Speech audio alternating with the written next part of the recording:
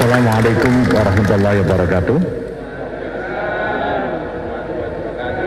Para pemirsa JTV yang saya hormati, hari ini kita akan mendiskusikan diskusi tematik antara Al-Quran dan Sains dengan tema Al-Quran dan Saintek. Hadir 4 narasumber. Sebelum kita diskusi, saya persilakan para narasumber untuk mengenalkan diri. Terima kasih, Prof.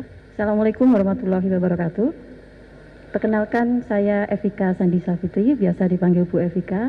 Saya dari jurusan Biologi, Fakultas Sains dan Teknologi UIN Maulana Malik Ibrahim Malang. Terima kasih, Prof. Ya, silakan Pak selanjutnya. Terima kasih. Assalamualaikum warahmatullahi wabarakatuh. Saya Profesor Dr. Suhartono SSI MKon dari program Pasca Sarjana Informatika S2 Spesialis Data Science. Assalamualaikum warahmatullahi wabarakatuh. Waalaikumsalam warahmatullahi wabarakatuh. Perkenalkan, saya Eko Budi Minarno dari jurusan Biologi Fakultas Sains dan Teknologi UIN Maulana Malik Ibrahim Malang. Terima kasih. Ya.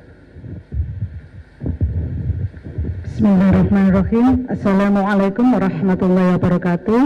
Assalamualaikum warahmatullahi wabarakatuh. Perkenalkan, saya Dr. Hewan Bayinatul Muhtarama Magister Sains dari program studi Magister Biologi Universitas Islam Negeri Maulana Malik Ibrahim Malang. Terima kasih. Ya, tepuk tangan ya untuk para narasumber. Saya mulai dari Bu Evika dulu.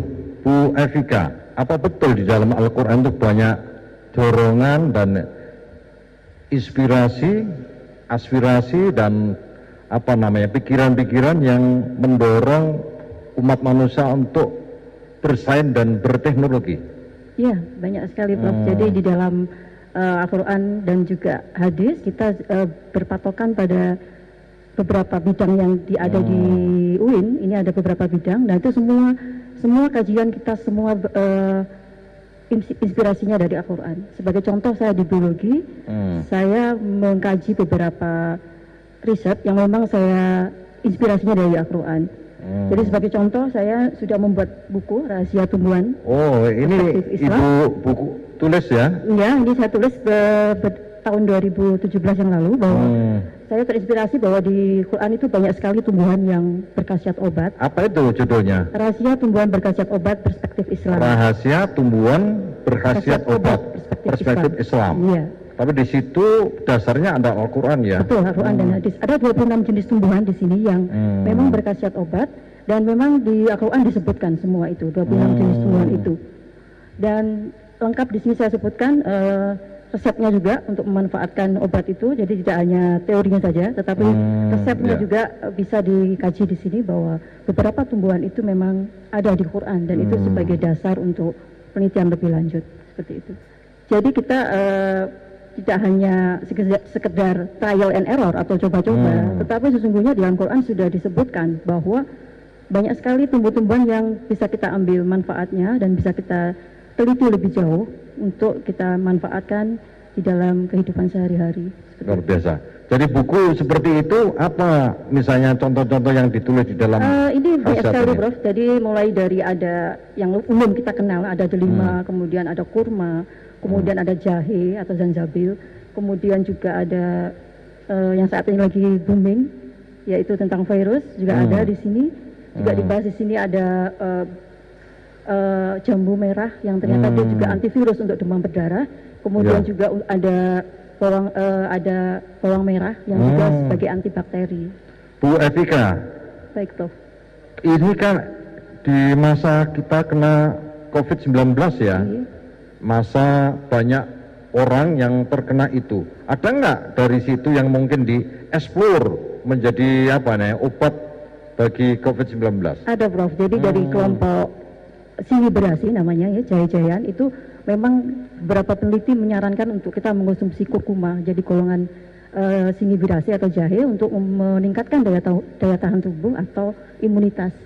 Luar biasa. Jadi Bu Evika telah menulis buku, dan insya Allah ini bisa diteruskan dan kemudian bisa diracik ya, diracik Resep. untuk Resep. oh jadi resep yang Iya. kemudian menjadi obat bagi COVID-19. Iya, insya Allah, Saya iya. teruskan ke Prof. Hartono. Prof. Hartono kan ahli TI ya, teknologi informasi ya. Iya, betul. Sesungguhnya ada nggak dorongan atau ayat-ayat yang terkait dengan teknologi ini, penguasaan teknologi ini? Ya. Al-Quran ini memang banyak mujizat ya. Setiap kata yang kita ada di dalam sana itu adalah tiap daripada hari atau orang yang melihat itu akan mempunyai pandangan yang memang berbeda. Model seperti itu. Jadi sangat berkembang sekali. Tidak mesti harus diukur seperti itu. Nah, dengan adanya itu adalah maka akan terdapat beberapa ayat yang memang dipandang orang bagi kita itu akan memandang lain. Model itu. Seperti kita contohkan surat An-Naml yaitu lebah itu kalau orang melihat itu bahwa lebah itu adalah satu binatang. Ya, Model gitu. ya. Nah, tapi dipandang orang biologi atau yang lain itu adalah suatu teori mati. Nah, tapi bagi pandangan orang TI itu adalah satu konsep bahwa kecerdasan daripada kolektif itu muncul di lebah. Ya. Nah, kecerdasan kolektif ini adalah kecerdasan yang sudah sekarang ini lagi in dan bisa untuk dipakai untuk dimanapun.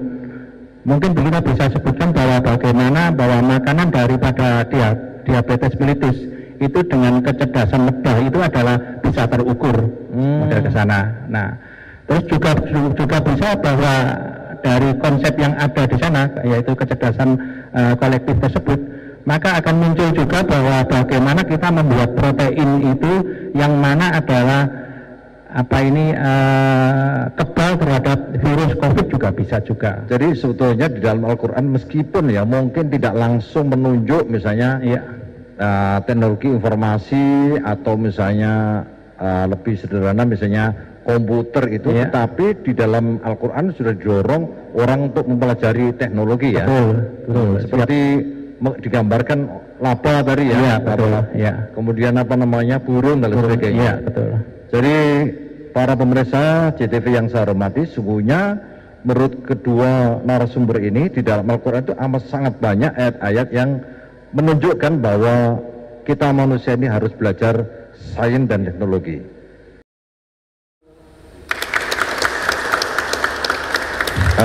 Saya lanjutkan para pemirsa. Pak Eko, tadi sudah disebut oleh dua narasumber, memang di dalam Al-Quran itu banyak ayat-ayat yang mendorong umat manusia untuk bersains dan berteknologi. Mungkin dari Pak Eko sendiri ada nggak ayat-ayat yang secara eksplisit menunjukkan itu? Terima kasih Prof. Ya. Salah satu ayat Quran yang merupakan inspirasi dari hukum dalam biologi. Salah satu hukum biologi itu adalah struktur mengikuti fungsi. Tidak ada struktur satupun yang tanpa fungsi.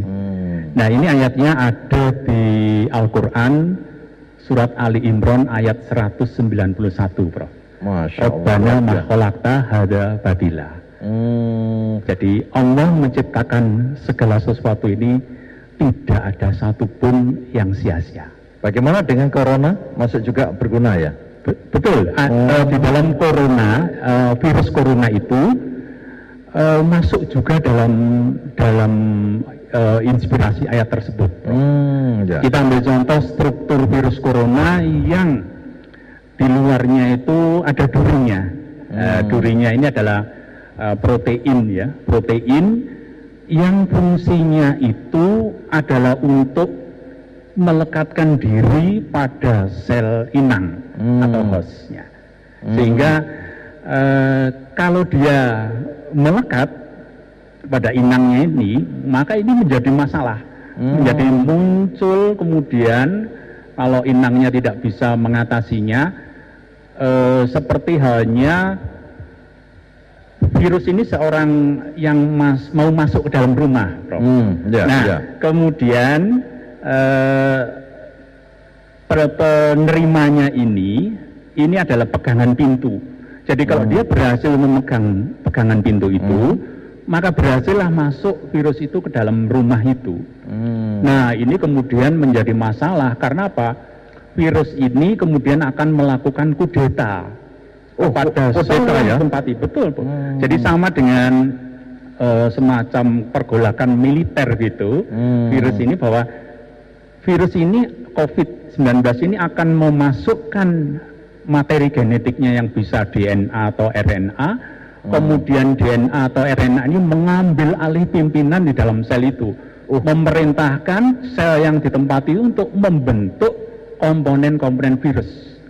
Nah, setelah virusnya tumbuh berkembang biak, selnya pecah. Nah, inilah kerusakan pada jaringan yang ditempati. Jadi corona pun bisa mengadakan kudeta ya? Bisa, Prof. Terhadap struktur yang ada di dalam tubuh seseorang. Ini tetap dalam konteks Al-Quran itu berguna ya? Al-Qurannya ada watilah tadi ya? Iya, Al-Qurannya itu terkait dengan struktur mengikuti fungsi. Tidak ada satupun struktur yang tanpa fungsi. Jadi kita, dan ini juga menjadi inspirasi ini dalam arsitektur. Jadi tidak ada struktur yang dibangun oleh arsitektur itu yang tanpa maksud. Nah, ini sebenarnya terinspirasi dari Quran surat Ali Imran 191 ini, Prof. Masya Allah, luar biasa ya. Dokter, tadi telah diuraikan oleh Pak Eko bahwa satu ayat saja sudah memberikan inspirasi yang luar biasa bagi sains. Ada yang lain? Banyak ya, saya kira mungkin salah satunya saya menyebutkan surat An-Nur ayat 41 yang artinya bahwa tidakkah kamu tahu bahwa Allah kepadanya bertasbih apa yang ada di langit dan apa yang ada di bumi, dan juga burung yang mengembangkan sayapnya. Masing-masing telah mengetahui cara sembahyang dan tasbihnya, dan Allah Maha mengetahui apa yang mereka kerjakan. Jadi burung dan binatang yang lain juga bertasbih ya? Iya, mereka mungkin juga terawih juga ya? Terawih juga? Caranya itu sesuai dengan keadaan mereka masing-masing ya. Jadi Allah Maha mengetahui apa yang mereka kerjakan. Jadi cara ibadahnya nggak mesti sama dengan kita. Kalau Bu Dokter bidang biologi tahu nggak itu cara tasbih mereka? Jadi begini, misalnya saat ini kan puasa ya, manusia puasa diwajibkan untuk kepada manusia untuk puasa. Demikian juga pada hewan. Jadi ada fenomena puasa juga pada hewan. Antara lain contohnya pada ayam. Ayam pada masa mengerami dia berpuasa, dia tidak makan dan tidak minum. Ini ditujukan agar suhu badannya meningkat, sehingga dia mampu mengerami telurnya dan kemudian telurnya bisa menetas dan sehat gitu. Jadi setiap kali dia hewan berpuasa itu akan ada sesuatu hasil yang kemudian akan meningkatkan kualitas hidupnya. Kira-kira seperti itu. Yang lain mungkin seperti tadi disebut ta'ir ya, ta'ira atau ta'ir itu mungkin bisa jadi inspirasi bagi manusia untuk membuat pesawat terbang dan sebagainya. Terkait dengan kemampuan manusia dalam memahami fenomena alam, karena manusia ini adalah makhluk yang berakal, ini sangat banyak sekali ya, sehingga karena manusia dibekali akal dan budi seperti disebutkan dalam surat Al-Baqarah ayat berapa itu ya, yang bahwa Allah itu mengajarkan nama-nama benda kepada Nabi Adam, sehingga Nabi Adam mampu mengidentifikasi dan menyebutkan benda-benda di alam semesta ini. Dan itu tidak bisa dilakukan oleh malaikat. Malaikat itu seperti robot. Tapi kalau manusia itu bisa mengeksplor, bisa menganalisis dan bisa menemukan sesuatu yang saat ini kita sebut sebagai teknologi. Jadi artinya dalam Al-Quran itu wa'allama Adamal asma itu ya, al-asma nama-nama. Ini yang diajarkan oleh Allah kepada manusia. Nama-nama ini apa artinya? Apa sains teknologi itu nama-nama itu? Kalau di dalam biologi itu ada yang namanya taksonomi. Taksonomi itu artinya mengidentifikasi dan mengklasifikasikan sesuatu. Kalau di dalam bidang makhluk hidup itu mencandra atau mengidentifikasi sesuatu berdasarkan morfologinya atau sifat-sifat tertentu atau karakteristik tertentu yang kemudian saat ini dikenal sebagai taksonomi, sehingga kalau sekarang disebut Bapak taksonomi adalah Carolus Linnaeus, kalau bidang biologi maka sesungguhnya adalah Nabi Adam itu Bapak taksonomi yang pertama, karena dia bisa mengidentifikasi nama, fungsi dan seterusnya, sehingga kegunaannya juga bisa diungkap. Meskipun Nabi Adam nggak kuliah di S2 biologi ya Bu ya? Ya betul. Para pemirsa JTV yang saya hormati, kita lanjutkan. Bu Dokter, tadi telah kita dengar bahwa Al-Quran memang banyak ya menginspirasi sains dan teknologi. Sekarang ini waktunya umat manusia, khususnya umat Islam, untuk mengembangkan itu dengan serius. Apa yang ada dalam pikiran Bu Dr. Evika untuk mengembangkan sains teknologi seperti yang ditulis dalam buku Bu Evika sendiri? Oke, baik, terima kasih Prof. Banyak sekali teknologi yang kita kembangkan saat ini ya, baik itu di bidang di bidang biologi maupun di bidang-bidang yang lain. Tapi saat ini saya lebih fokus ke arah bioteknologi, jadi penggunaan agen hayati untuk bidang-bidang teknologi. Jadi sebagai contoh kita memuliakan tumbuhan untuk menjadi tumbuhan yang kita inginkan, atau kita menggunakan beberapa teknologi yang kita manfaatkan untuk meningkatkan kualitas hidup manusia.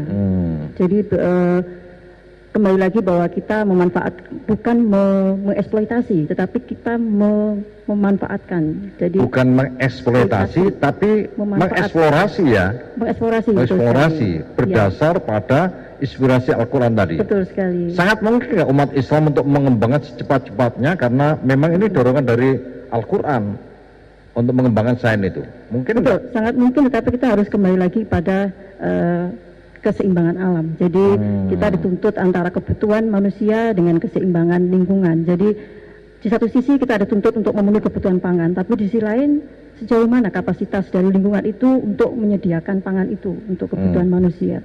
Pak Prof, Pak Prof Hartono, ini Pak Prof Hartono kan sudah banyak mengeksplorasi terkait dengan teknologi informasi ya. Rasanya apa sih yang kurang bagi umat Islam untuk mengembangkan di bidang teknologi ini? Oke, terima kasih Pak Rektor. Bidang teknologi di teknik informatika itu sekarang ini yang berkembang adalah kecerdasan. Nah, kecerdasan sekarang ini yang menjadi tantangan itu adalah kecerdasan kolektif. Karena virus yang sekarang ini adalah saat ini menjadi pandemi di dunia itu bisa diselesaikan dengan kecerdasan kolektif. Kalau tidak pakai kecerdasan kolektif nggak bisa model kita. Jadi kecerdasan komunal tadi realisasi dari teknologi untuk mengatasi problem ya. Termasuk di dalamnya adalah virus COVID-19. Betul Pak. Terima kasih Pak Prof. Saya lanjutkan ke narasumber berikutnya. Pak, tadi telah disebutkan ya, teknologi sudah berusaha dengan kecerdasan komunalnya untuk menangkal hal-hal yang tidak mengenakkan umat manusia. Sesungguhnya tadi disebut oleh narasumber bahwa Allah itu menjadikan seluruhnya ini untuk umat manusia agar berguna. Ada enggak dengan corona ini kemudian menimbulkan pengembangan sains dan teknologi? Terima kasih Pak Rektor. Dengan adanya virus corona ini yang tidak mudah untuk dijinakkan oleh manusia, ini sebenarnya merupakan peringatan atau perintah Allah kepada manusia itu untuk memikirkan ciptaannya.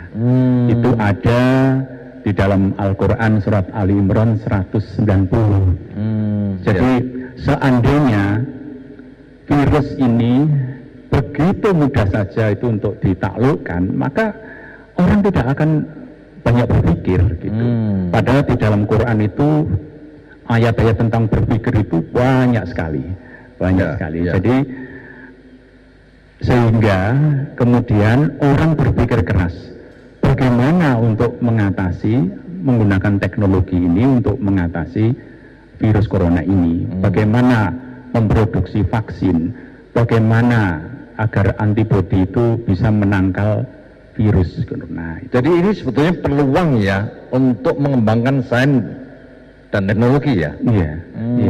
Di sisi lain mungkin ini adalah suatu bencana gitu, namun juga di sisi lain bahwa ini adalah tantangan bagi teknologi untuk bagaimana bisa mengatasi perubahan perkembangan dari virus itu, karena virus itu dia tidak akan selamanya tetap seperti itu. Dia akan mengalami perubahan yang kita kenal sebagai mutasi. Ya. Jadi tidak selamanya seperti ini ya. Ya. Ada nanti COVID-19 itu berubah lagi. Nah, itu yang kita khawatirkan itu. Terima kasih. Terima kasih. Iya. Saya lanjutkan ke Bu Dr. Wayin. Bu Dokter, tadi disebut oleh narasumber ini peluang untuk pengembangan ini. Perlu nggak kita mengadakan riset agar kita tahu sebetulnya bagaimana sih untuk mencegah COVID-19 ini misalnya? Jadi sebenarnya seperti COVID-19 ini bukanlah hal yang baru ya. Jadi ketika awal sebenarnya COVID-19 ini adalah varian dari virus influenza. Pertama kali virus influenza itu ditemukan di Inggris pada sekitar abad 18 dan dia sangat infeksius. Artinya ribuan orang meninggal karena wabah tersebut. Tapi saat ini orang sekarang menderita influenza tidak masalah, masih pergi belanja, masih pergi kuliah dan seterusnya. Nah, kemudian virus influenza ini mengalami perkembangan, mengalami mutasi dan seterusnya sehingga timbul varian-varian seperti SARS dan seterusnya hingga sekarang ini COVID-19. Jadi sebenarnya mereka juga berubah dan sisi lain teknologi juga mengikuti perkembangan juga, jadi update. Diciptakan vaksin-vaksin, antibiotik dan seterusnya untuk mengatasi masalah tersebut. Terima kasih Bu Dokter, Bapak Ibu, para pemirsa JTV yang saya hormati. Sesungguhnya Al-Quran telah memberikan inspirasi bagi umat manusia untuk mengembangkan sains dan teknologi. Semua yang kita sebut dengan tantangan itu harus dijawab dengan sains dan teknologi juga ya. Misalnya virus atau COVID-19 ini adalah peluang juga untuk bagaimana para manusia, umat Islam khususnya untuk melakukan riset. Dan di dalam Islam sendiri kita lihat misalnya surat Al-Alaq ya, yang pertama kali diturunkan itu Iqra. Kata Iqra ini menunjukkan bahwa kita disuruh untuk membaca, memahami, meneliti segala sesuatu yang ada dan yang mungkin ada. Ini adalah pengembangan literasi, termasuk di dalamnya adalah sains dan teknologi. Tetapi jangan lupa, jangan hanya Iqra, tapi Bismi Rabbika. Literasi harus diimbangi dengan transendensi, harus dikaitkan dengan Allah SWT. Sekian para pemirsa yang saya hormati dan saya akhiri. Wassalamualaikum warahmatullahi wabarakatuh.